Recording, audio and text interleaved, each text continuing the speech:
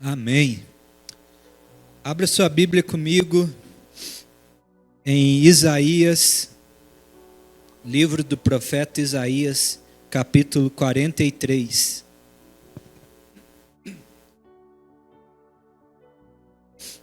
Isaías 43, a partir do versículo 10.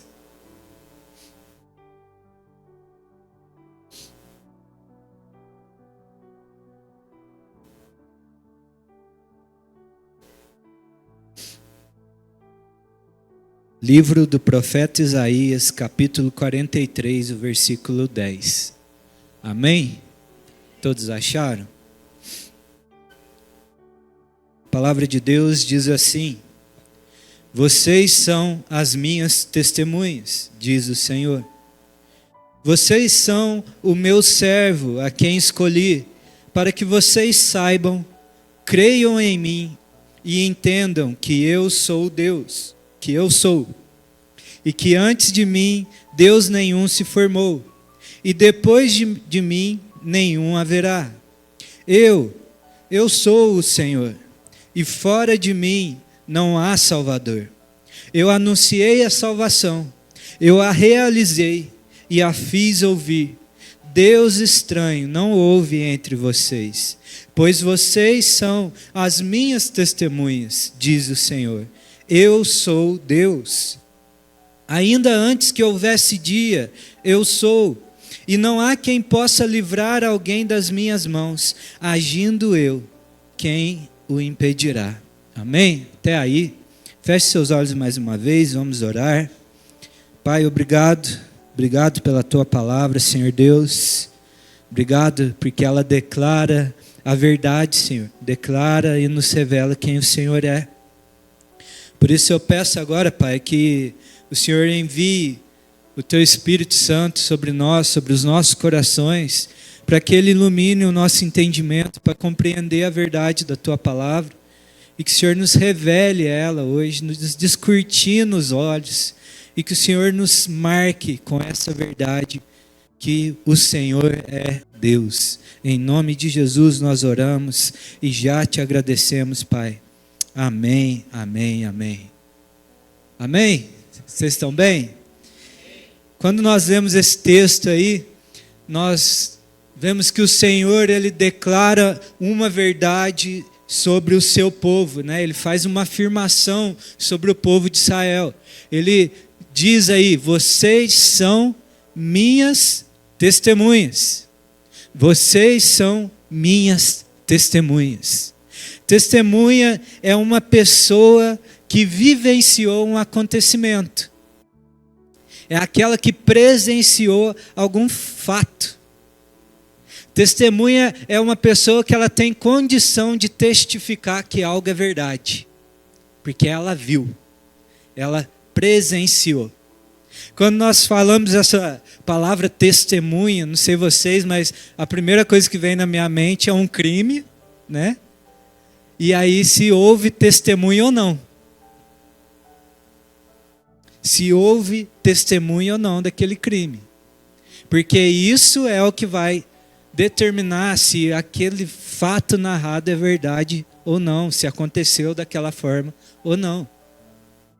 Mas nós vemos também a utilização de testemunha, por exemplo, quando nós vamos assinar um contrato, né? Normalmente tem lá duas testemunhas chancelando aquele contrato, testemunhando que realmente aquilo que está sendo escrito ali está sendo firmado entre duas partes. A gente também vê testemunho nos casamentos, né? Tem que ter duas testemunhas diante do juiz lá, para atestar que aquele casamento aconteceu de fato. Quando nós olhamos para a palavra do Senhor, nós vamos ver que esse princípio ele foi estabelecido por Deus. Na lei de Deus, lá em Deuteronômio 19, vai falar que um fato vai ser estabelecido pela presença de duas ou mais testemunhas. Para algo ser realmente firmado como uma verdade, precisava ter, no mínimo, 2 ou 3 testemunhas.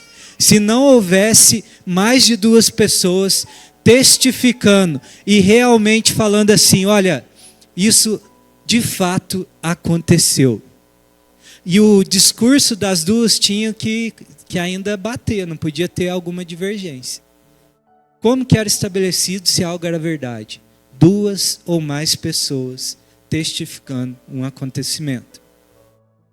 Quando nós vamos ali, por exemplo, quando o Senhor Jesus é preso, né, no Getsemane, ele é levado diante do Sinédrio, e eles não podem matar o Senhor Jesus direto, né? Eles não chegam lá e já condenam o Senhor Jesus. Começa a se levantar testemunhas para acusar o Senhor. E diz ali que eram falsas testemunhas, porque o discurso deles não eram condizentes. Nós vemos quando alguém ia ser apedrejado, tinha que ter 2 pessoas falando a verdade, e quem atirava as primeiras pedras era quem tinha testemunhado. Por que eu estou falando isso? Porque quando nós vemos ali a ressurreição do Senhor, diz que os apóstolos são enviados para testemunhar que Cristo realmente estava vivo. E nós lemos isso e tá bom, tinha pessoas que falaram que viram Jesus vivo. Mas quando nós vemos aqui esse contexto do poder que tinha no testemunho de 2 ou mais pessoas, nós vamos ter a certeza que realmente Jesus ressuscitou. Porque quando nós vamos lá em Coríntios, Paulo vai falar assim, olha, o Senhor apareceu aos 12 apóstolos, depois apareceu a mais de 500 irmãos. Mais de 500 pessoas viram Cristo ressurreto. E aí ele diz, olha, depois ele apareceu a Tiago e por fim para mim. Então o testemunho dos apóstolos é muito poderoso. Porque não foi 2, não foi 3, mas centenas de pessoas viram Cristo ressurreto. Isso é muito poderoso. E aqui, o Senhor, Ele está dizendo aqui ao seu povo, vocês são minhas testemunhas. Vocês foram levantados para testemunhar ao meu respeito. O que era o testemunho do povo de Israel? O testemunho é que eu sou. Não é o que ele fala aí no versículo 10 aí, ó. Antes de mim, Deus nenhum se formou, e depois de mim, nenhum haverá. O testemunho que Deus levanta o povo de Israel, não era simplesmente para eles falar assim, olha, o nosso Deus é um Deus mais forte do que todos os outros deuses.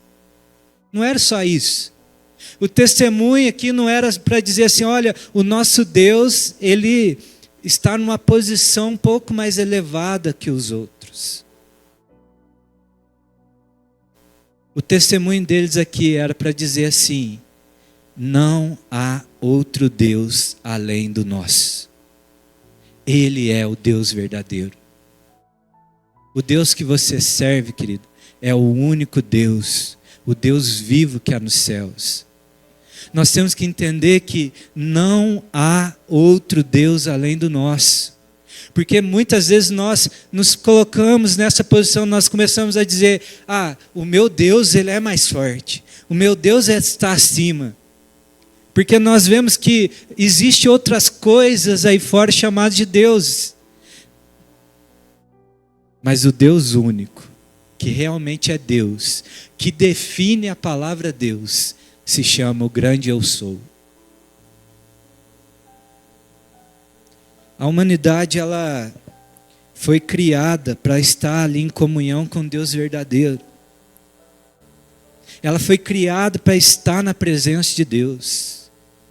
Mas nós sabemos da história que um dia o homem, pelo seu pecado, foi separado dessa comunhão. E nós vamos ver na Bíblia que há uma dispersão, né, ali dos filhos de Adão ali pela terra. E o grupo que permanece servindo ao Deus verdadeiro, Deus único, era um grupo muito restrito. Mas todos os povos que espalhou pelo mundo, que foram separados dessa presença de Deus, conforme foi passando as gerações, eles foram se esquecendo de quem era o verdadeiro Deus. Mas aquela ausência de alguém que foi criado para estar na presença de Deus permanecia ali. E aí eles precisam criar algo para preencher esse lugar, essa lacuna. E eles vão chamar essas coisas de deuses. É muito interessante que se você puxar a história de povos isolados, pega aí uma tribo numa ilha que só tem eles, nunca teve contato com ninguém, com espécie de culto algum. Você vai chegar naquele lugar e eles vão ter alguma espécie de culto. Eles vão estar chamando algo de Deus. Você pode entrar lá no meio da floresta amazônica, numa tribo isolada, e eles vão estar chamando algo de Deus. Pode ser uma árvore, pode ser os céus, pode ser o sol, mas algo precisa ser chamado de Deus, porque o homem foi feito para estar diante de algo divino. E aí o que Deus está fazendo aqui é levantando um povo para caminhar na sua presença, para aprender como é cultuar Ele, para aprender do seu caráter, do seu amor, da sua fidelidade, para caminhar na sua presença e falar assim: olha, vocês vão ser uma testemunha para os povos de que eu sou o verdadeiro Deus.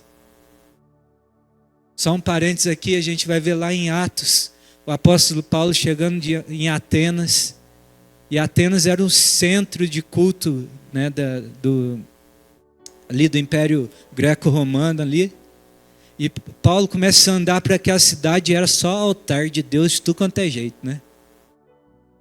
E aí Paulo tem que ir lá e acha um altar lá escrito assim: ao Deus desconhecido. E aí Paulo diz, né, a esse Deus que vocês adoram sem conhecer, é sobre esse que eu vim anunciar a vocês. Ele é o Deus criador dos céus e da terra e de tudo que há. O povo de Israel foi levantado para testemunhar a respeito do verdadeiro Deus. Nós somos frutos desse testemunho. Você foi alcançado por esse testemunho. Por mais que nós tenhamos o privilégio de nascer numa nação cristã, nós fomos alcançados por esse testemunho. Nós precisamos ser lembrados que nós servimos ao único Deus e não a outro além dele. Amém? Nós somos alcançados por esse testemunho. E hoje, há muitos anos depois, séculos depois do que o Senhor falou ao povo de Israel, essa mesma palavra permanece sobre mim e sobre você nessa noite. Essa palavra permanece. O Senhor está dizendo para você, meu irmão, para você, minha irmã, você é a minha testemunha. Você está sendo levantado para dizer que eu sou o único Deus. Você foi levantado para testemunhar a respeito da minha salvação, do meu amor, da minha graça, da minha fidelidade. Você está sendo chamado para se posicionar e dizer: há um Deus vivo nos céus. É através de mim e você, querido. Nós precisamos dizer que há salvação no nome de Jesus. Que há poder nesse nome que nós cantamos aqui nessa noite. Não pode ser só uma canção que nos alegra, né, que nos emociona, mas tem que ser uma verdade que nós carregamos no nosso coração, dizendo: esse nome é poderoso, esse nome é o nome do único e verdadeiro Deus. E por isso nessa noite há dois tipos de pessoa aqui dentro desse salão. Há o tipo de pessoas que são as testemunhas, e há pessoas que vão ouvir o testemunho. Se você está em Cristo Jesus, você está sendo chamado para testemunhar a respeito dele. Essa noite é uma noite de você ser relembrado e comissionado para testemunhar quem Jesus é. Se você não sabe o que é isso, o que é estar em Cristo Jesus, nós estamos aqui nessa noite para testemunhar para você a respeito de quem Ele é. Isso aqui é um testemunho de quem Cristo é. Para quem está em Cristo Jesus, eu preciso te lembrar nessa noite que a vitalidade e o propósito da tua vida está em você permanecer numa atitude de testemunho de quem Cristo é. Você pegou isso? A vitalidade da tua vida, o que te faz transbordar a vida, se sentir vivo mesmo, de fato, é se você volta o seu coração para testemunhar a respeito de quem Cristo é. Se você não está em Cristo, eu estou aqui para te lembrar que somente nele que há vida, somente nele que há salvação, somente nele que você vai encontrar propósito para a tua existência. Se isso não dominar o nosso coração nessa noite, se isso hoje não vir gravar o nosso coração e nos mover a caminhar para essas ruas, nós vamos começar a sermos roubados da vida que Deus tem para nós. Nós vamos começar a nos sentir fracos, desanimados, abatidos, porque o caminho de vida está num testemunhar de Cristo, testemunhar quem Ele é,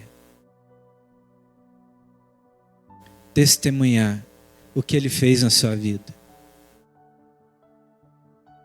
Nós precisamos, gente, manter viva a obra de Cristo nas nossas vidas, nos apegar ao que Ele fez na nossa história, não desprezar isso em nenhum momento, mas pedir: Senhor, reaviva o amor, o teu amor no meu coração, reaviva o amor dos primeiros dias. Senhor, reaviva a tua obra na minha vida, para que outros vejam isso e testemunhem que o Senhor é um Deus vivo nos céus. Nós precisamos testemunhar quem o Senhor é. Testemunha é aquele que vivenciou um fato. O que Cristo fez na sua vida? E o que Ele pode fazer hoje? Vocês são testemunhas de Cristo. Guarda isso no teu coração. Você é uma testemunha de Cristo. O que te faz tornar uma testemunha? Testemunha é alguém que vivenciou um fato. O que é vivenciar? É provar, experimentar. Então, o que me torna uma testemunha de Cristo? É quando eu vivencio a verdade a respeito de Deus. Quando eu sou impactado, confrontado por uma revelação de quem Deus é. Na maioria das vezes vai haver um dia que Deus vai passar como um trem sobre você. Ele vai vir, vai impactar a sua vida. E naquele dia toda a incerteza a respeito de Deus vai ir embora. Porque é num instante, mas é tantas coisas ditas. E num instante o véu é removido. E você fala: verdadeiramente há um Deus que me conhece, totalmente conhece a minha estrutura. Você já experimentou isso? Se você não experimentou, está disponível para você nessa noite. Amém? Então a primeira coisa para eu me tornar uma testemunha de Cristo, eu preciso vivenciar uma verdade a respeito de Deus. Olha o que o Senhor fala aí no versículo 10. Vocês são minhas testemunhas, diz o Senhor. Vocês são o meu servo a quem escolhi. Então, só abrir um parênteses aqui para não perder o costume, fazia tempo até, né? Não tá errada essa, como que fala? Conjunção? Nem? Fala? Conjugação, sei lá. Não sou bom em português, gente. Mas olha lá, vocês são o meu servo. Não está meio estranho esse texto aí? Não era para ser, você é o meu servo. Mas Deus está dizendo, vocês são. Porque Deus atua no seu corpo. Nós somos o corpo de Cristo, é a sua igreja.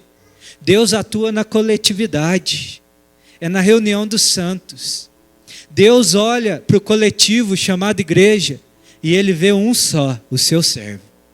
E aí Ele diz: vocês são o meu servo, a quem escolhi, para que vocês saibam, creiam em mim e entendam. Você pode dizer isso comigo? Saber, crer e entender. Para você se tornar uma testemunha de Deus, uma testemunha de Cristo, você precisa saber, você precisa crer e você precisa entender. Essa palavra saber aí, lá no original, é iada. Não é simplesmente saber, tomar conhecimento de algo. Mas esse saber aqui, ele podia ser traduzido como conhecer. Conhecer. É um conhecer intimamente a Deus.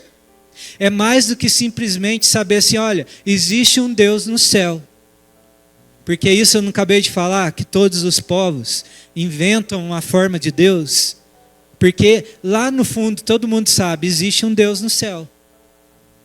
Mas o que o Senhor está dizendo aqui é que Ele quer alguém que o conheça. Essa palavra é conhecer, discriminar, compreender, distinguir. Eu gosto da última tradução aqui. Tornar-se familiarizado. Sabe o que o Senhor está dizendo? Eu te escolhi para que você esteja familiarizado comigo. Tenha uma íntima comunhão comigo. Deus quer ter um íntimo relacionamento com cada um de nós. Deus quer te confiar os pensamentos dEle. Deus quer que as nossas vidas estejam em íntima comunhão, partilhando vida, relacionamento. Em Marcos vai dizer que Ele chamou 12. 12 escolheu como apóstolos, para que eles estivessem com Ele e fossem enviados para pregar. Isso aí está lá em, deixa eu achar aqui, está na Bíblia, está lá em Marcos. Ele os chamou para que estivessem com Ele e fossem enviados para pregar. Sabe o que o Senhor está dizendo aqui? Antes de você ir, você precisa estar comigo. Para que estivessem com Ele. Íntima comunhão. Conhecendo quem Ele é. Uma assim, das imagens favoritas que eu tenho na Bíblia é ali na última ceia, quando o Senhor Jesus está ali dizendo assim, olha, alguém aí entre vocês vai me trair, né? Um de vocês. E aí o texto diz que lá no meio dos 12 havia um que estava reclinado sobre o peito do Senhor, chamado João. E na hora que o Senhor Jesus fala, olha, um de vocês vai nos trair, a turma tudo olha para aquele que estava reclinado no peito dele e faz aquele sinalzinho. Pergunta aí. Pergunta quem é. E o interessante é que o Senhor não deixa de responder a ele. O Senhor Jesus fala, olha, é aquele que vai comer aqui no mesmo prato que eu aqui.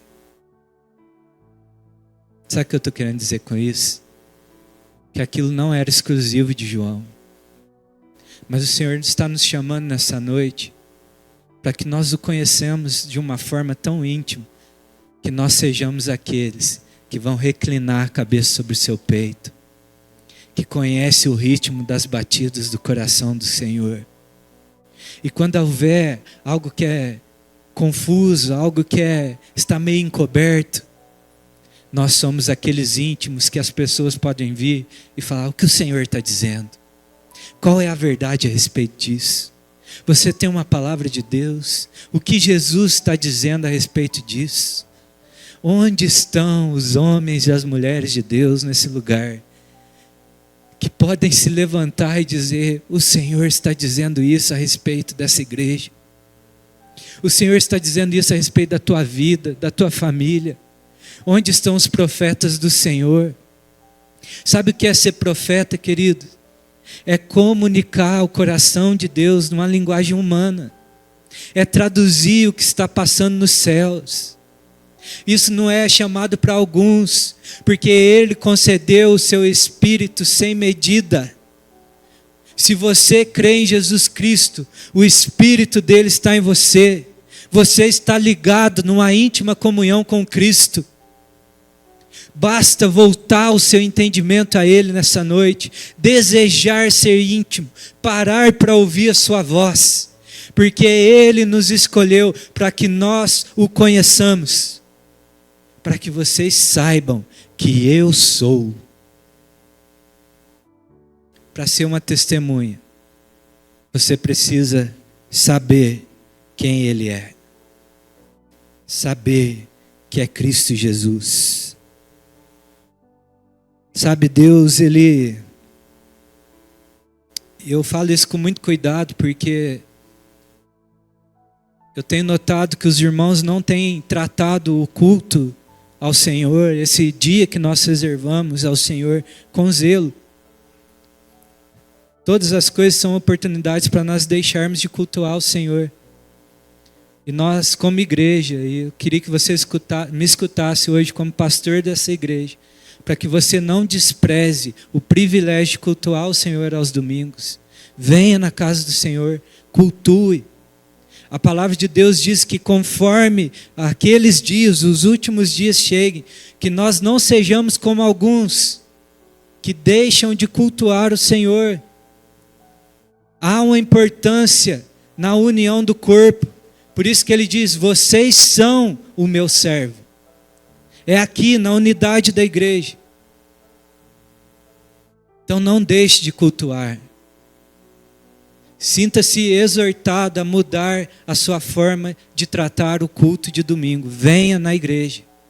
Venha estar em comunhão com seus irmãos. Venha testemunhar a Cristo nesse lugar. Amém? Mas eu queria dizer que o Senhor também não quer que você trate o culto de domingo como um lugar para você registrar um ponto. Vim aqui, bate o ponto de domingo, fiz a minha parte e vou embora para casa. O Senhor não quer que aqui seja um lugar de registrarmos ponto, mas aqui que seja um lugar da reunião de corações marcados por um íntimo relacionamento com Ele. Amém? Cultive um íntimo relacionamento com o Senhor na sua vida diária e que o nosso culto seja expressão disso.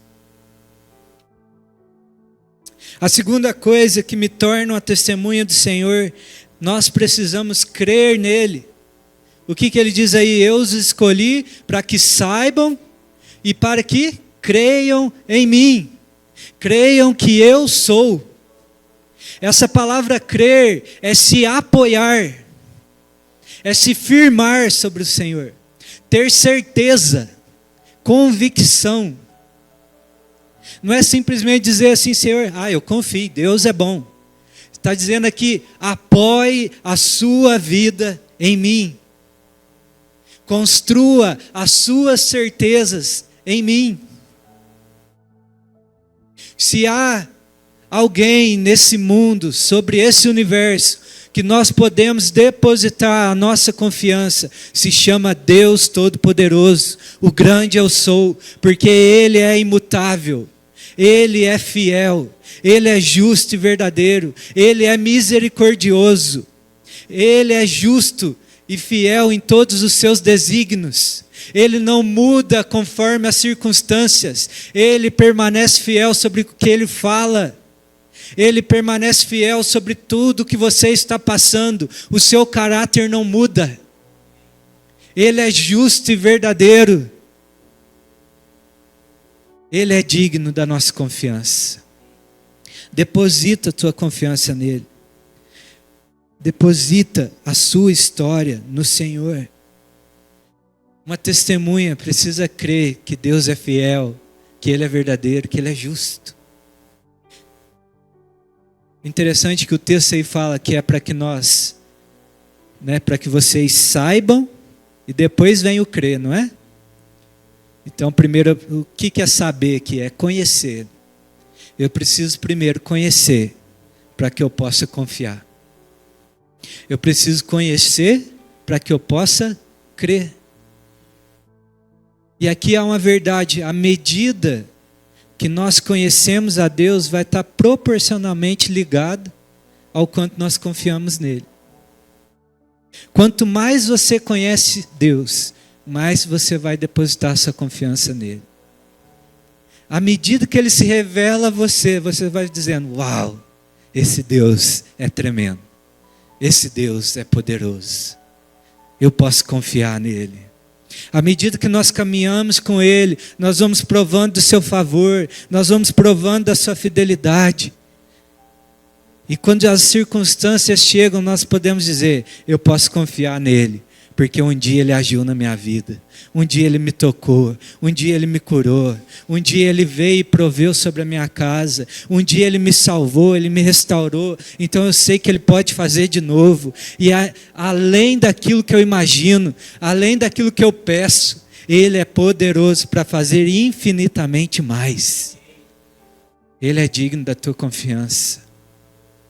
E o mundo precisa ouvir esse testemunho. O mundo precisa conhecer o verdadeiro Cristo, para que creiam nele. Como é que vão crer se não há quem pregue? Então, para nós sermos a testemunha do Senhor, nós precisamos crer. E a nossa crença, a nossa confiança vem da proporção daquilo que nós conhecemos dele. E a última palavra aí que o Senhor diz, então, é: saibam, creiam e entendam. E entender aqui é diferente de saber. Enquanto saber aqui é conhecer a Deus intimamente, entender é o fruto da transformação daquilo que eu conheci de Deus. É na medida que eu caminho com Ele, que eu confio nele, a minha mentalidade vai sendo transformada.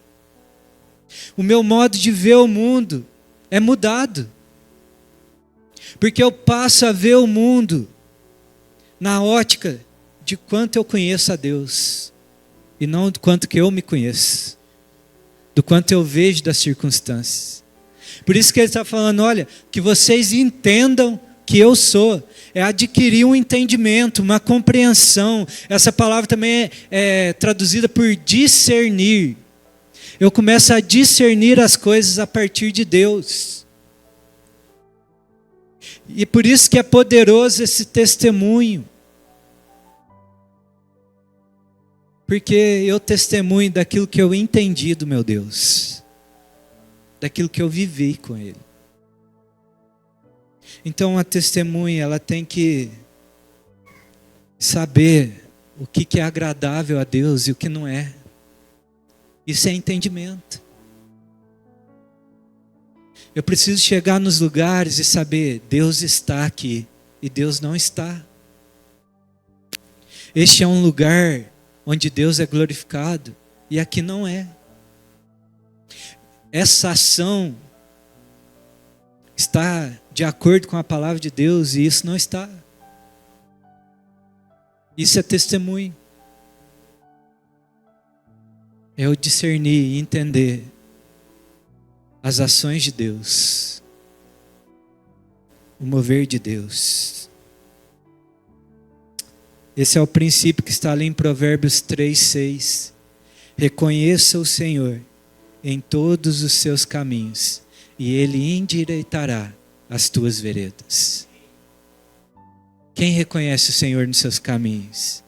É aquele que conhece Ele, que crê nele e tem entendimento de onde Ele está e de onde Ele não está. Você se lembra dessa palavra? É chegar diante de uma bifurcação e dizer: qual caminho é o caminho do Senhor? É tomar suas decisões diárias pautado num testemunho de Deus em dizer, Ele vai por esse caminho. É quando aquela oferta que aos olhos é agradável, é prazerosa, mas é que é completamente contrária aos caminhos de Deus e você dizer, eu não vou provar disso. Por mais prazeroso que seja. Porque eu tenho entendimento de que isso não tem nada a ver com o testemunho de quem Deus é.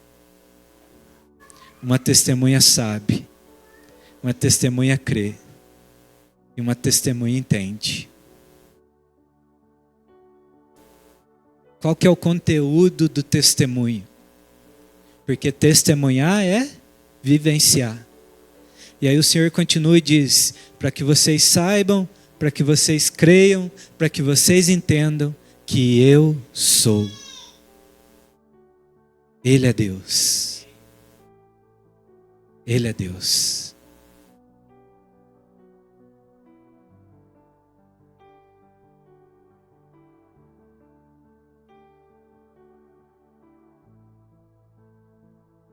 Essa palavra eu sou, né, o Bruno citou ela semana passada, né, quando o Senhor se revela a Moisés, ele pergunta, quem que eu vou dizer que o Senhor é?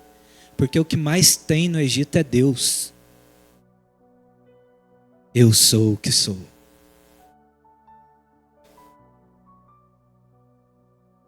O que Deus estava dizendo aqui é falar assim, quem define o que é e o que não é sou eu. O que define quem Deus é, o que define essa palavra Deus, sou eu. A definição de Deus está na minha pessoa, em quem Deus é. Eu sou o que sou. Moisés, não tem padrões humanos para descrever a minha grandeza e o meu poder. Moisés, eu sou. Antes de mim não houve Deus. E depois de mim não vai haver. Eu sou o Senhor, o seu Salvador. Não há outro Deus. E por mais óbvio que isso pareça, a gente precisa proclamar isso. Não há outro Deus. Como nós cantamos, saia pelas ruas, declarando que não há outro Deus a não ser o nosso. Testemunhe na sua vida diária que Deus é o único Deus e somente nele há vida. Ele é o autor da vida. Quando ele diz aí, olha, não há outro além de mim, e antes de mim não houve outro Deus, ele estava dizendo, eu sou o autor da vida, eu criei todas as coisas, tudo tem início a partir de mim, então não há vida fora dele, por isso que ele diz, eu sou o Senhor, o seu Deus, o seu Salvador, somente nele há vida. O que o Senhor Jesus veio nos salvar? Veio nos salvar da morte, da condenação eterna. Por isso ele está dizendo aqui, eu sou o seu Salvador, somente em mim há vida. Nós precisamos sair para essas ruas e dizer, somente em Cristo há vida, somente nele se inicia a vida, porque todos que estão para trás de Cristo, fora de Cristo, estão mortos, estão condenados. E essa mensagem precisa começar a ser novamente anunciada no mundo. Quem não está em Cristo Jesus está morto, condenados em seus delitos e pecados.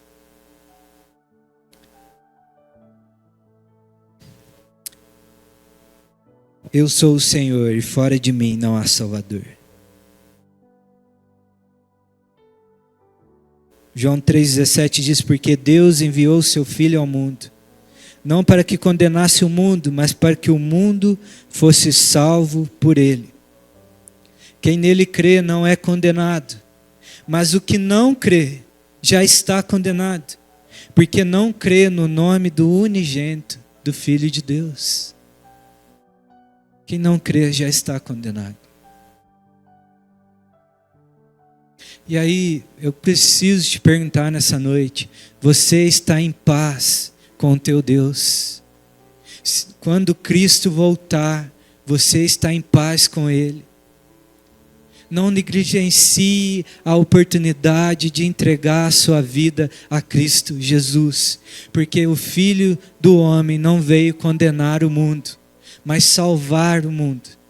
Todo aquele que crer nele já vai provar da vida eterna, mas quem não crê está condenado. Você não sabe o que acontece daqui um palmo da sua existência. Não negligencie essa oportunidade. Se reconcilie com o seu Deus nessa noite.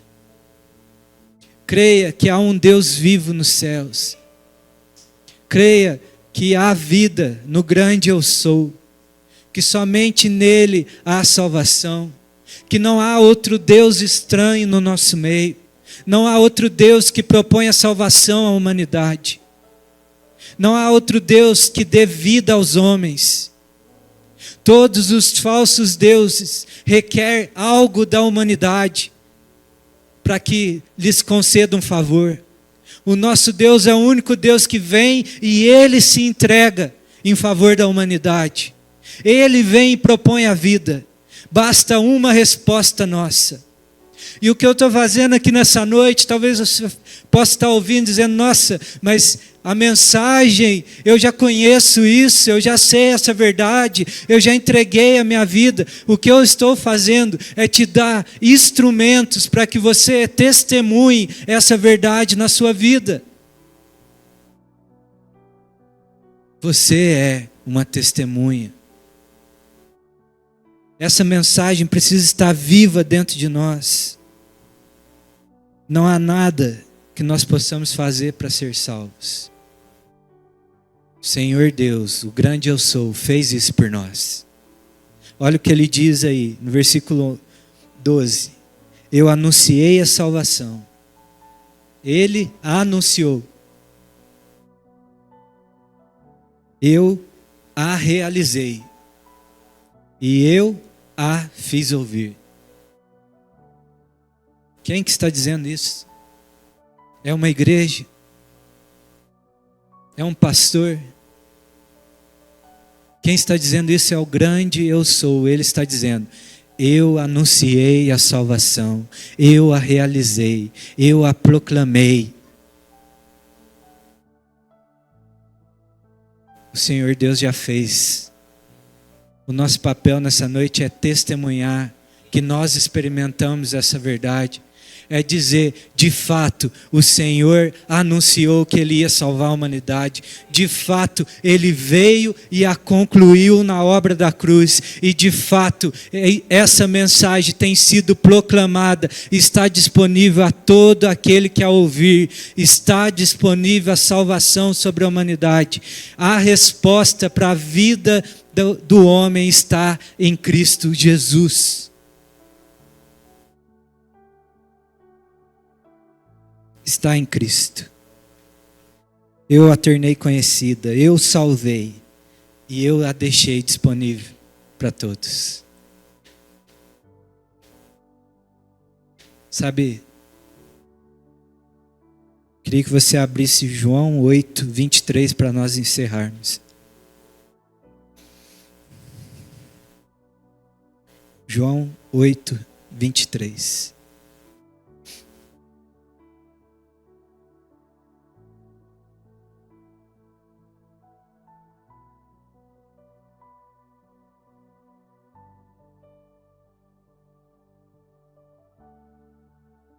Nós acabamos de ler lá em Isaías, o Senhor dizendo, para que vocês creiam, para que vocês saibam, para que vocês creiam, para que vocês entendam que eu sou. Que antes de mim não houve Deus, né? E depois não vai haver. Porque eu sou. Esse é o nome de Deus. Eu sou. Eu anunciei a salvação, eu a realizei e a proclamei. Agora em João 8, 23, o Senhor Jesus está ali diante dos judeus. E ele está num diálogo muito profundo com aqueles homens.